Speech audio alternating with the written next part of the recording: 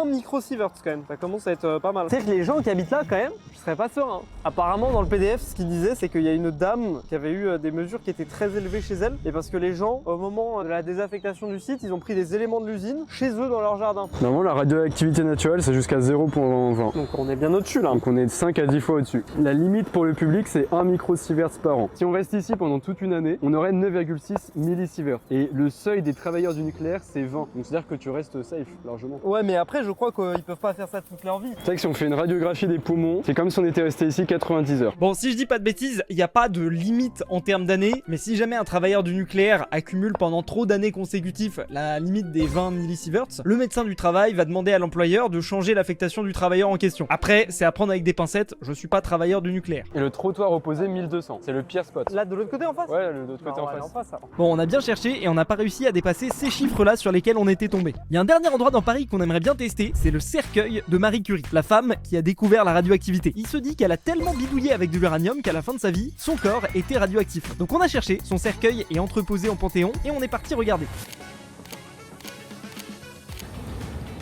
Panthéon. Bon, on vient d'arriver au Panthéon, on va aller checker la tombe de Marie Curie et de Pierre Curie. Est-ce que tu penses qu'il va y avoir de la radioactivité? Ah, j'ai hâte de voir, hein. On va sortir le radiacor et on y va. Allez. L'objectif, trouver le sarcophage de Marie Curie. Ce n'est pas un sarcophage, on n'est pas en Égypte ancienne. C'est un cercueil en plomb. Ça montre le fait que la Terre est ronde. C'est vrai ça? Pourquoi ça montre que la Terre est ronde? Bah, en gros, si, c'est que bah, du coup, ça. Allez. C'est par là, je pense, il y a un truc. Et quand même, on est sur une truc ambiante de 50 ans. C'est tes mains en fait qui sont radioactives. En vrai, Ça, c'est parce que t'as chopé de l'uranium dans une forêt. Merde, j'aurais pas dû. Si on est chaud, on demande à un guide. C'est juste, c'est bizarre de chercher une tombe précise. Non, en vrai, c'est ça. Non, c'est stylé. On est fan. On adore le Curie. Hein. C'est quoi, crypte? Crypte, bah, c'est ce qu'on veut. Sérieux, t'es sûr? Ah, une crypte, c'est là où il y a des personnes qui reposent. Non, c'est de la monnaie numérique. Bon, du coup, on a trouvé Google Maps. Là, on a la carte du coup des tombeaux. Et la dernière personne, elle a cherché Marie Curie. Ah ouais. Donc, hop, on voit que c'est ici. Et nous, on est là. Pierre Curie, il est au même endroit, tu vois. Ah ok. Ah, c'est flippant, tel le tombeau, c'est un peu ouvert.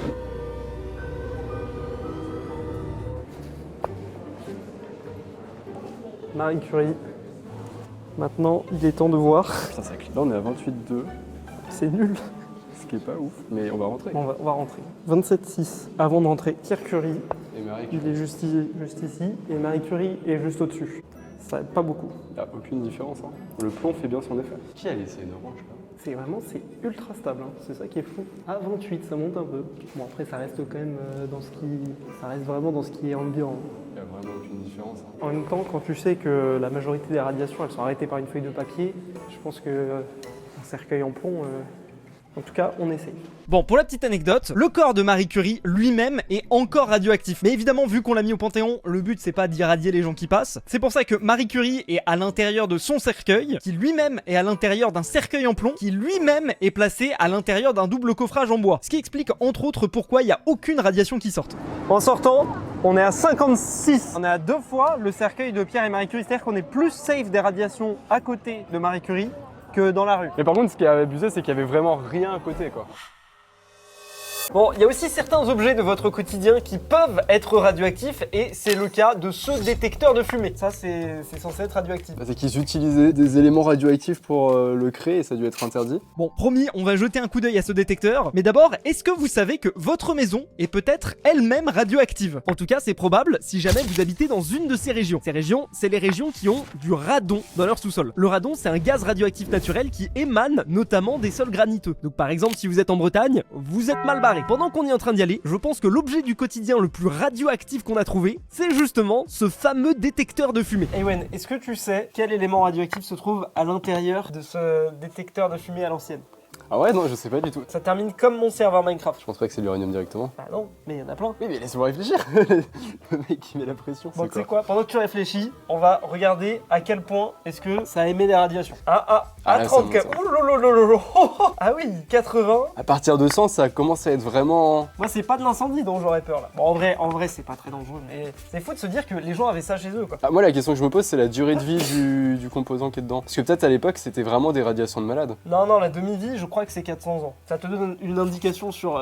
400 ans, je l'ai pas en vrai. Bon, c'est un nom de pays. Il veut pas lâcher le morceau. Ah, M, je l'ai pas. Tu connaissais? Bah oui, un pays qui finit en yum, qui commence par AM. Au final, en termes de dose réelle de radiation qu'on reçoit, c'est pas énorme. Faites bien attention chez vous, peut-être changez vos détecteurs de fumée. Pas tant parce que c'est radioactif, mais surtout parce que si vous avez un truc aussi vieux, je sais pas, ça marche très bien. Après, niveau radioactivité, franchement, ça je peux le manger au petit-déj. Allez, POV. Alors c'est pas n'importe quel réacteur de fumée parce que c'est notamment plus vendu en France aujourd'hui, mais on peut encore en trouver en vente sur Le Bon Coin ou des sites comme ça. Ça s'appelle un détecteur à ionisation. En gros, à l'intérieur, il y a une petite pastille d'américium. C'est un élément radioactif qui a une demi-vie de 432 ans, donc a priori, le détecteur va fonctionner pendant encore un bon bout de temps. Certes, ça émet des radiations, mais c'est pas très dangereux. L'américium émet surtout des ondes alpha, et ces ondes, elles peuvent être arrêtées par une simple feuille de papier. Bon, ça a quand même été interdit en France, même si dans d'autres pays, c'est toujours autorisé. Mais dites-vous que des millions de détecteurs de fumée vendus, même avec des tout petits composants radioactifs, bah c'est un enfer à recycler. D'ailleurs, si vous en avez chez vous, il faut surtout pas les mettre à la poubelle, et il faut les ramener dans des endroits qui traitent ce genre de déchets. D'ailleurs, pour la petite anecdote, dans les années 90, il y a un jeune américain de 17 ans qui s'était mis en tête de construire un petit réacteur nucléaire dans son garage, rien que ça. Et pour avoir les matériaux nécessaires pour construire son réacteur, il a, je vous le donne en mille, acheté des centaines de détecteurs de fumée pour en extraire l'américium. Après, le frérot, il ressemblait à ça à la fin de sa vie, donc au-delà du fait qu'il a failli irradier tout son quartier, je vous déconseille fortement de faire comme lui. Bon, c'est cool, avec tout ça, nous, on devrait pas avoir de problème de feu dans notre bureau, mais en parallèle, on vient bel et bien d'arriver en Bretagne, et on a justement cherché un Airbnb qui pouvait être fait à partir de granit. Est-ce qu'on va avoir des radiations ?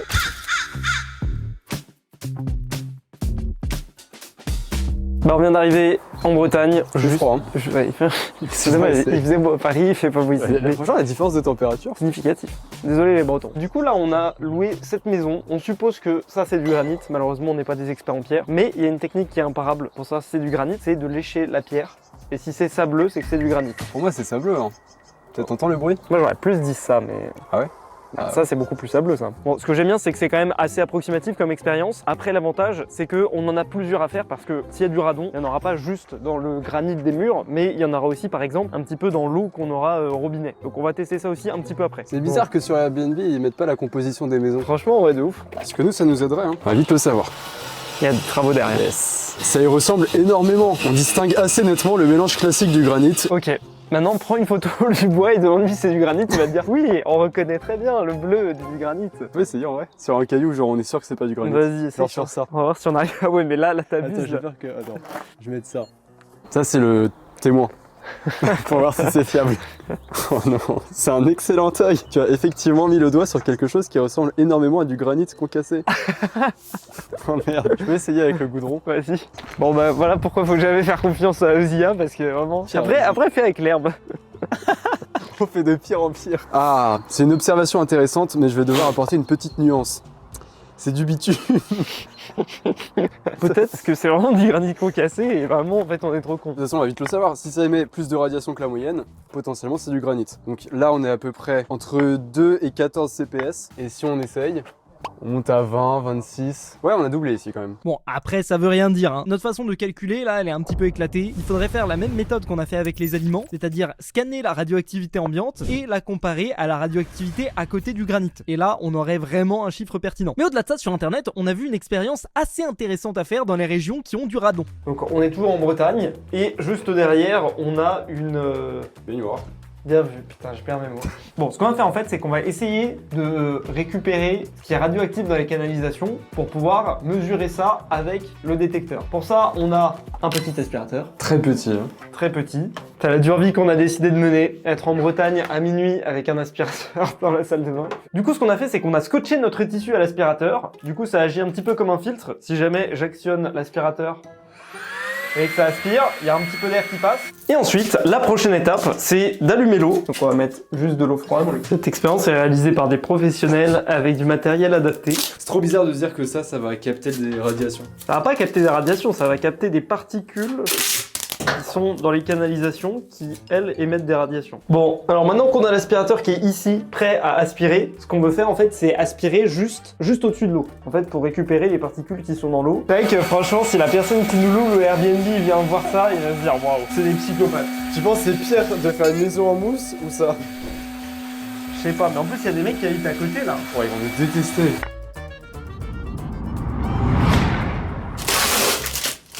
Bon, on a laissé tourner pendant un certain temps, ça a juste un petit peu trompé le truc, et honnêtement, j'y crois pas tellement, mais...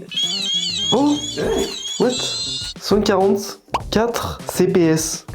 Et Mais arrête. 144 CPS, c'est beaucoup. Par comparaison à ce qu'on a dans le bureau, c'est genre 14 fois plus. Et ça, c'est parce que dans l'eau, il y avait plein de petites particules issues de la désintégration du radon. Alors après, dites-vous que ça, c'est un échantillon après énormément de litres d'eau. Normalement, si vous vous lavez juste avec l'eau de la douche, ça devrait pas trop poser problème. Bon, maintenant, on va analyser les radiations émises par le micro-ondes. Il risque de pas y avoir grand-chose. Bon, évidemment, quand on était petit, il y avait un peu cette légende urbaine que le micro-ondes, ça faisait des radiations. D'ailleurs, il y a tout un épisode de South Park dessus. Tu l'as vu ou pas cet épisode?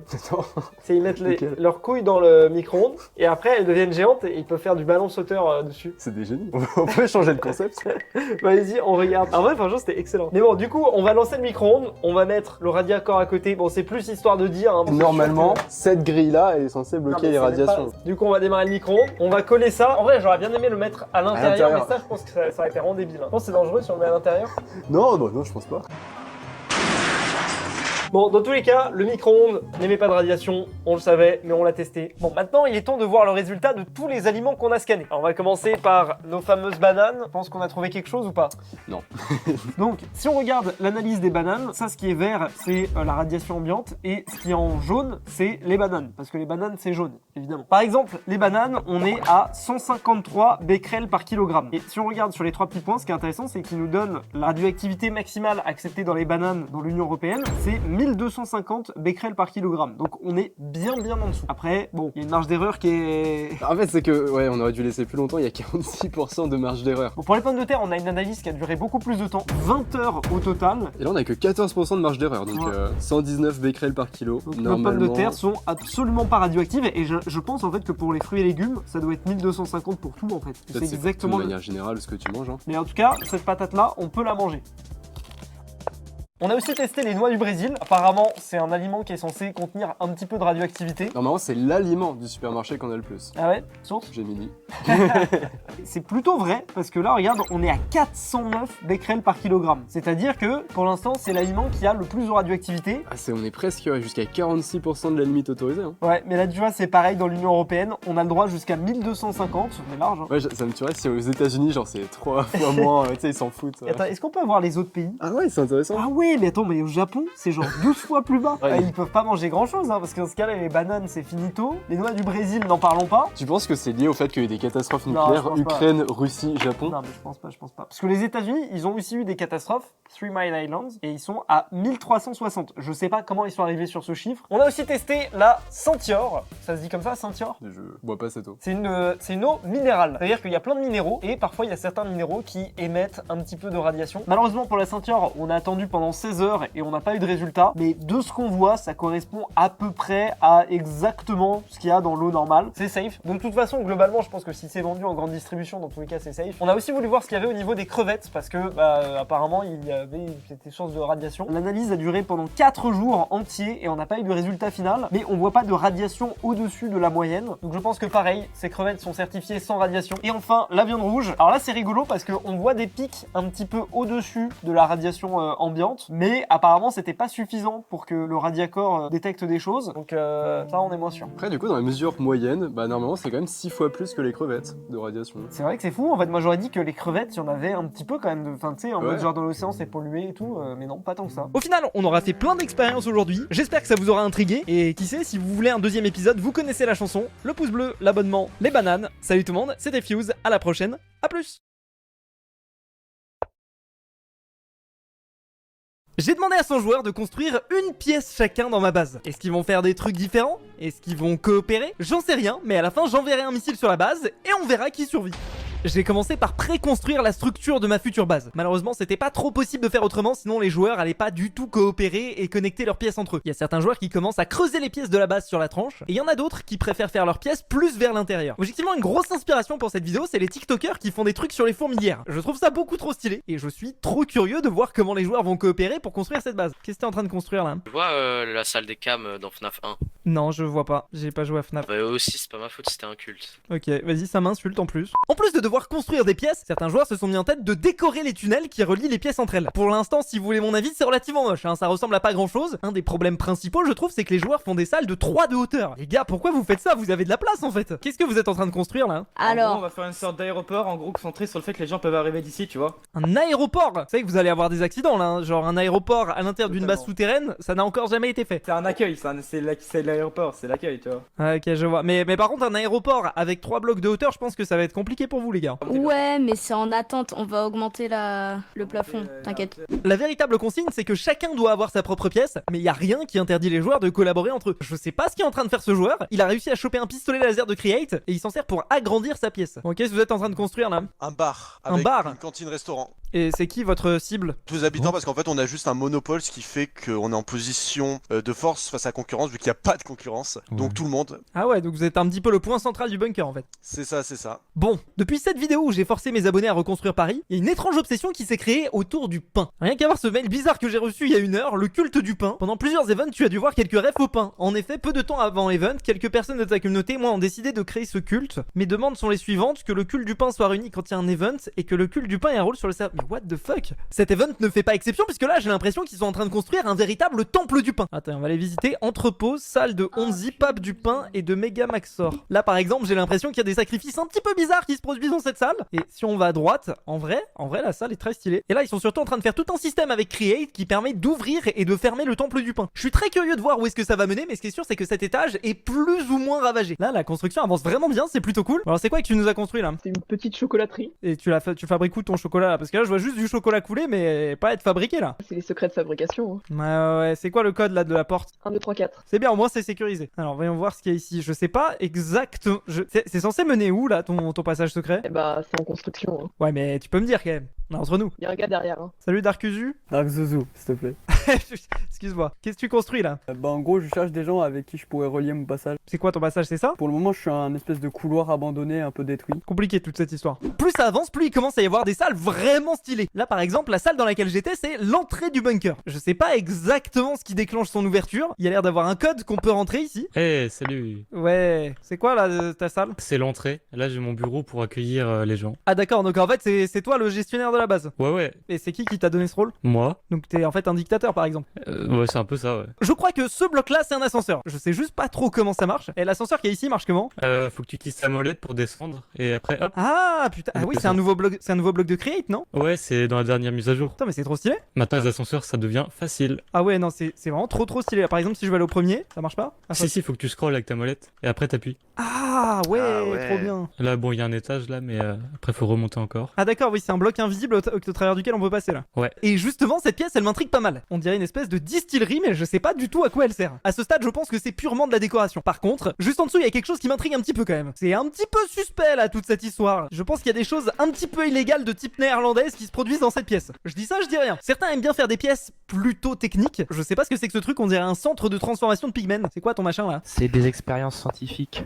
Ah, donc t'es un peu du type ravagé toi? Non. T'approches pas trop. Il y en a d'autres qui ont juste pété un câble et je pense que même eux ont pas compris ce qu'ils ont construit. What the fuck? Genre vraiment, c'est un truc de... C'est Hello Neighbor le machin. Qu'est-ce que tu nous fais là, Mitri? Un truc qui tourne. Ah ouais frère, même toi tu sais pas ce que tu lui. Tout à l'heure je suis tombé sur une salle d'escalade. Elle est trop stylée quoi. Le mec a même pensé au tapis de réception au cas où les gens sont nuls et tombent. Si vous voulez faire une petite séance de muscu plus traditionnelle, vous pouvez aussi. Par contre c'est juste un petit peu fake. Il fait genre qu'il y a différentes vitesses sur les tapis de course. Pourtant ils sont tous exactement